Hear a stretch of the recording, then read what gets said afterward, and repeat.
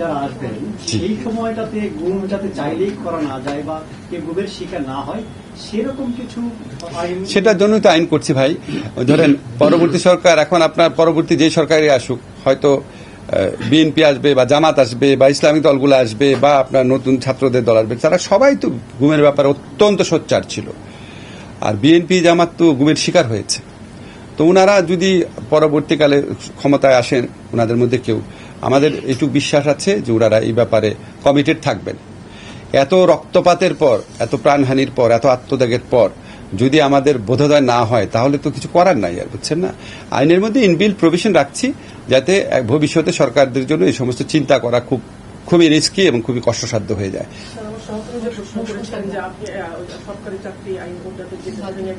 আচ্ছা, এটা last question আমি বলি। প্রধান বিচারপতি সহ আপনি সাউথ আফ্রিকায় গিয়েছিলেন যে একটা বিশেষ উদ্দেশ্য নিয়ে রিকনসিলিয়েশন কমিশন গঠন। এই কমিশন কি গঠন হচ্ছে স্যার? আচ্ছা, আমি আপনাদের কোয়েশ্চেন দুইটা নিলাম, আর একটা লাস্ট নিব। আমার একটা শেষ কোয়েশ্চেন। জি শেষের একবার লাস্ট। জি,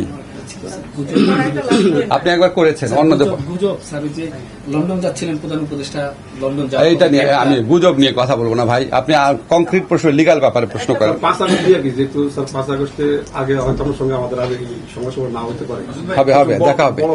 আপনি আমাকে আইনগত ব্যাপার নিয়ে বলেন প্লিজ। জি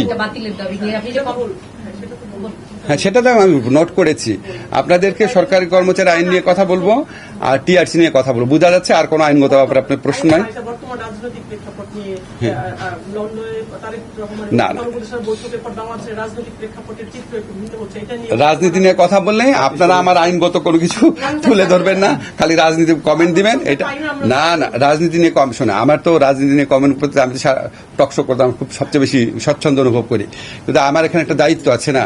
আমি চাই আমাদের যে আইনগত সংস্কার হচ্ছে, গুমের নিউজ এগুলি পত্রিকা আসুক। আমিও তো সাংবাদিক ছিলাম, যেই আমি একটা রাজনীতি ব্যাপারে কথা বলবো ওইটারই হেডিং করবেন, দরকার নাই ওইটা আরেকদিন। শোনেন, সরকারি কর্মচারী যে আইন আছে সেটা আমাদের ফয়জুল ভাই, আমাদের একাধিক উপদেষ্টা বলেছেন এখানে আপনার অবশ্যই পুনর্বিবেচনার অবকাশ রয়েছে। এবং আমি আসলে তখন বিদেশে ছিলাম, আমি আইনটা প্রণয়নের সাথে সরাসরি যুক্ত ছিলাম না। তো পরবর্তীকালে যখন আমি আইনটা দেখেছি, দেখার পর আমার কাছে মনে হয়েছে যে অবশ্যই এটা পুনর্বিবেচনার স্কোপ রয়েছে কিছু কিছু জায়গাতে। আমি শুধু একটা জিনিস আপনাকে বলতে পারি, সরকার কোনো অসৎ উদ্দেশ্যে আইনটা করে নাই। এখন অসৎ উদ্দেশ্যে আইন না করা হলেও কোনো কোনো আইনের মধ্যে এমন বিধান থাকতে পারে যেটা এই আইনের যারা সাবজেক্ট তাদের কাছে মনে হতে পারে যে তারা বিড়ম্বনা, হয়রানির শিকার হতে পারে। সেটা আমরা স্বীকার করি যে এরকম সম্ভাবনা এই আইনের মধ্যে থাকতে পারে। এখন এই আইনটা দেখার জন্য আমি প্রথমে বলে রাখি, এটা জনপ্রশাসন মন্ত্রণালয়ের আইন। সবার মধ্যে একটা বিভ্রান্তি কাজ করে, যে কোনো অধ্যাদেশ আইন মন্ত্রণালয়ের মাধ্যমে জারি হয়, যে কোনো অধ্যাদেশ। সেটা মানে এটা না এটা আইন মন্ত্রণালয় করেছে, এবং আইন মন্ত্রণালয় এটার এক্সিকিউটিভ অথরিটিও না, এটা জনপ্রশাসন মন্ত্রণালয়ের আইন। এটা আপনারা একটু ক্লিয়ার থাকবেন। আমাদের কোনো শুধু আনুষ্ঠানিকভাবে জারি করতে হয় গেজেট নোটিফিকেশন, এটা ছাড়া আমাদের কোনো ইনভলভমেন্ট এখানে ছিল না। এখন কমিটির প্রধান হিসাবে আমাদের কমিটিতে আমাদের ফয়জুল ভাই রয়েছেন, অত্যন্ত সিনিয়র এবং অত্যন্ত যোগ্য একজন উপদেষ্টা। আপনারা জানেন ওনার সম্পর্কে, উনি একজন অত্যন্ত দক্ষ আমলাও ছিলেন। আমাদের ক্যাবিনেট সেক্রেটারি, উনি অত্যন্ত দক্ষ একজন আমলা রয়েছেন, ওনারা থাকবেন। আমরা আজকে 4টার সময় মিটিংয়ে বসবো। আমরা মিটিংয়ে বসে আমাদের সরকারি কর্মচারী ভাইরা আমাদের যে দাবিগুলো দিয়েছিল, কাগজগুলো আমার কাছে আছে, সেগুলি আমরা কি কি বিবেচনা করব, কিভাবে করব সেটা ঠিক করব। ঠিক করার পর ইনশাআল্লাহ যত তাড়াতাড়ি সম্ভব আমরা একটা রিপোর্ট উপদেষ্টা পরিষদের মিটিংয়ে তুলব। আমাদের কিন্তু রিপোর্ট, প্রস্তাব, আমরা সিদ্ধান্ত নেওয়ার মালিক না। আপনারা জানেন কমিটি সিদ্ধান্ত নেয় না।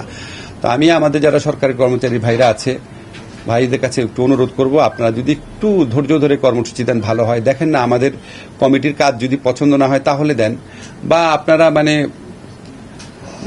আপনাদের এই সচিবালয় কার্যক্রমে বিঘ্ন সৃষ্টি না হয় সেরকম আপনার বিবৃতি দিতে চাইলে বিবৃতি দেন। আপনারা আমাদের সাথে মিটিং করেন, কিন্তু সরকারি কাজে যেন ব্যাঘাত সৃষ্টি না হয় এটা যেন একটু কাইন্ডলি লক্ষ্য রাখেন। আমাদের অন্তত কমিটির রিপোর্ট হওয়া পর্যন্ত, সিদ্ধান্ত হওয়া পর্যন্ত অন্তত এগুলি জিনিস লক্ষ্য রাখেন। তারপর রাখলে ভালো হয়, কিন্তু আমাদের কমিটির কাজটা না হওয়া পর্যন্ত একটু লক্ষ্য রাখবেন। আশা করি সরকারি কাজে যেন ব্যাঘাত না হয়, মানুষের যেন দুর্ভোগ না হয়। ট্রুথ অ্যান্ড রিকনসিলিয়েশন কমিশন যেটা আছে, এটা আপনারা জানেন যে এটা সাউথ আফ্রিকাতে হয়েছিল এবং এটা সারা পৃথিবীতে আলোড়ন তুলেছিল। নেলসন ম্যান্ডেলা একটা বিরাট ভূমিকা রেখেছিল, ডেসমন্ড টুটু একটা বিরাট ভূমিকা রেখেছিল এটার ক্ষেত্রে। ট্রুথ অ্যান্ড রিকনসিলিয়েশন কমিশন আমাদের এখানে শ্রীলঙ্কা, নেপালেও হয়েছে। কিন্তু অতটা সাকসেসফুল হয় নাই। তো আমাদের একটা চিন্তা এই সমাজে ছিল, আপনার ট্রুথ অ্যান্ড রিকনসিলিয়েশন কমিশনের 4টা অংশ থাকে। একটা হচ্ছে আপনার ট্রুথ সিকিং, আসলে কি হয়েছিল সেটা কাজ কিন্তু অলরেডি শুরু হয়েছে। যে জাতিসংঘের একটা আপনার কমিটি যে আমাদের এখানে করলো, যে ফ্যাক্ট ফাইন্ডিং যে রিপোর্টটা করলো OHCHR, সেটা তো একটা ট্রুথ টেলিং এর ফার। আমাদের যে বিচার হচ্ছে সেখানে আমাদের তদন্তকারীরা আইসিটিতে যে বিচার করছেন, সেটা একটা ট্রুথ সিকিং এর একটা পার্ট। আমাদের মোস্তফা সরোয়ার ফারুকী যে জুলাই জাদুঘর করছেন আপনার সাবেক গণভবনে, সেটাই ট্রুথ সিকিং এর একটা পার্ট। তারপরে একটা পার্ট হচ্ছে মেমোরিয়ালাইজেশন, স্মৃতিটাকে ধরে রাখা, সেটা ফারুকীর জাদুঘরের মাধ্যমে নিশ্চয় করা হবে। থার্ড পার্টটা হচ্ছে একটু কঠিন, সেটা হচ্ছে অ্যামনেস্টি। অ্যামনেস্টি হচ্ছে যারা ধরেন অত্যন্ত ছোট ছোট অপরাধে যুক্ত ছিল বা কোনো ক্রমে এখানে ঘটনাক্রমে ছিল কিন্তু তার ক্রিমিনাল ইন্টেন্ট ছিল না, তাদের ক্ষেত্রে কোনো অ্যামনেস্টির স্কোপ আছে কিনা সেটা দেখা। এটা ট্রুথ অ্যান্ড রিকনসিলিয়েশন কমিশনের অন্যতম কম্পোনেন্ট, সব দেশে এটা করা হয়। আর ফোর্থ স্টেজ সেটা হচ্ছে রিকনসিলিয়েশন, যে আমরা এই চরম যারা দোষী আছে তাদের উপযুক্ত শাস্তি দেওয়ার মাধ্যমে, সত্য অনুসন্ধানের মাধ্যমে আমাদের একটা জাতীয় ঐক্যবোধ গড়ে তোলা। এগুলি কোন কম্পোনেন্ট? আরেকটা কম্পোনেন্ট ভুলে গেছি, রেপারেশন। এটা হচ্ছে যারা ক্ষতিগ্রস্ত তাদের যথেষ্ট পরিমাণ ক্ষতিপূরণ দেওয়া। ক্ষতিপূরণ কিন্তু শুধু টাকার অঙ্কে না, হয়তো ধরেন আমাদের যারা জুলাই গণঅভ্যুত্থানকালে যারা অঙ্গহানি হয়েছে ওনাদের চাকরির ব্যবস্থা করা, এটা হচ্ছে রেপারেশন একটা পার্ট। এই কম্পোনেন্টগুলো আমরা প্রথমে আমাদের চিফ জাস্টিস মহোদয়ের নেতৃত্বে গিয়েছিলাম। আমাদের এখানে ইউএনডিপির যে আপনার রেসিডেন্ট রিপ্রেজেন্টেটিভ আছেন স্টেফান, উনি গিয়েছিলেন। একটা উচ্চ পর্যায়ের কমিটি গিয়েছিলাম আমরা, সেখানে আমরা অনেক মিটিং করেছি, সারাদিনই মিটিং করেছি। ডেসমন্ড টুটু ফাউন্ডেশনে গিয়েছি, ট্রুথ অ্যান্ড রিকনসিলিয়েশন কমিশনের মেম্বারদের সাথে দেখা করেছি, নেলসন ম্যান্ডেলার ফাউন্ডেশনে গিয়েছি, সিভিল সোসাইটির সাথে কথা বলেছি, ভিকটিম ফ্যামিলির সাথে কথা বলেছি। আমরা ব্যাপারটা জেনে আসছি। এখন আমাদের দ্বিতীয় ধাপে যে চিন্তাটা আছে, আমাদের প্রধান বিচারপতির নেতৃত্বে আমরা একটা রিজিওনাল কনসালটেশন করব। সেখানে আমরা শ্রীলঙ্কার যারা আছে ওনাদের আনবো, নেপালে যারা আছে ওনাদের আনবো, সাউথ আফ্রিকা যারা আছে ওনাদের আনবো, আমাদের বাংলাদেশে যারা পলিটিক্যাল পার্টি আছে, সিভিল সোসাইটি আছে, হিউম্যান রাইটস গ্রুপ আছে, ছাত্ররা আছে, সবার মতামত নিয়ে কি করা যায় সেটা নিয়ে চিন্তা করব। ঠিক আছে, ভালো থাকুন সবাই। স্যার, আজকে কি প্রথম মিটিং স্যার? 4টায় মিটিং। হ্যাঁ, কমিটি গঠন তো করল ঈদের আগের দিন। যত তাড়াতাড়ি পারি দিব। হ্যাঁ, আজকে 4টা, আমাদের তো অফিসই খুললো কালকে, আজকে 4টায় মিটিং দিয়েছি, বুঝছেন? ঠিক আছে, ভালো থাকবেন সবাই, ধন্যবাদ সবাইকে। পলিটিক্যাল বিষয়ে আমি চলে যাওয়ার পর ইন্টারভিউ করেন তখন।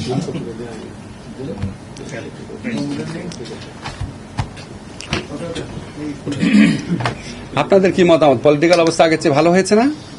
স্বস্তিবোধ আসছে নাকি? কি মনে হয় আপনাদের? কি মনে হয়? আমি আপনাদের মতামত শুনি না এখন। এটা টেনশন দূর হয়েছে?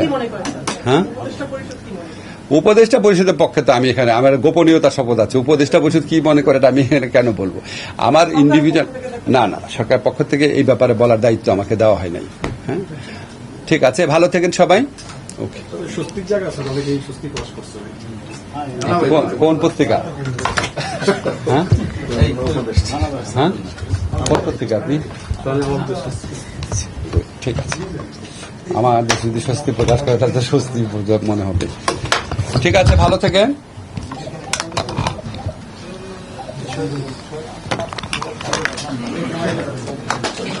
ক্যামেরাগুলো বন্ধ করেন। এটা কি? এটা কার মোবাইল?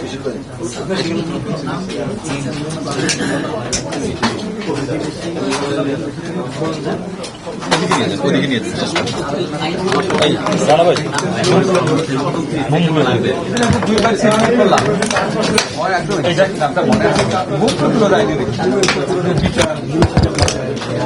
আপনি সার্চ করতে পাবেন। এটা তো অনেক দুইটা বিগ কনসালটেশন হয়েছে, আমার এক্সাক্ট নামটা দিয়ে নাই। আপনি গুম প্রতিরোধ আইন দিলে পাবেন, সার্চ করবেন। ট্রুথ অ্যান্ড রিকনসিলিয়েশন কমিশন, এটা সেকেন্ড রিজিওনাল কনসালটেশন করি, করার পর আমাদের রাজনৈতিক দল সিটি তাদের মতামত নিই। অনেক সম্পূর্ণ নতুন একটা পদ্ধতি, বুঝছেন না? তারা যদি উইলিং থাকে আমাদের সরকারের আমলে ঠিক আমরা আইনটা আর কমিশনটা গঠন করে দেবো। এটা কাজ তো অনেক দিন। সাউথ আফ্রিকাতে একটা কাজ হয়েছে 3 বছর, রুয়ান্ডাতে কাজ হয়েছে 5 বছর। তো এত সোজা কাজ না।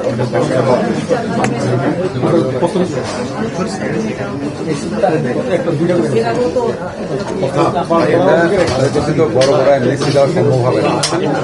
এখানে ছোটখাটো অল্প করে পুলিশ বললো যে আমি এখানে ছিলাম, আমার গুলি করেছে, কোনো প্রমাণ নাই, আমি উপস্থিত ছিলাম। ছোট অপরাধের জন্য মাফ করা যায় না।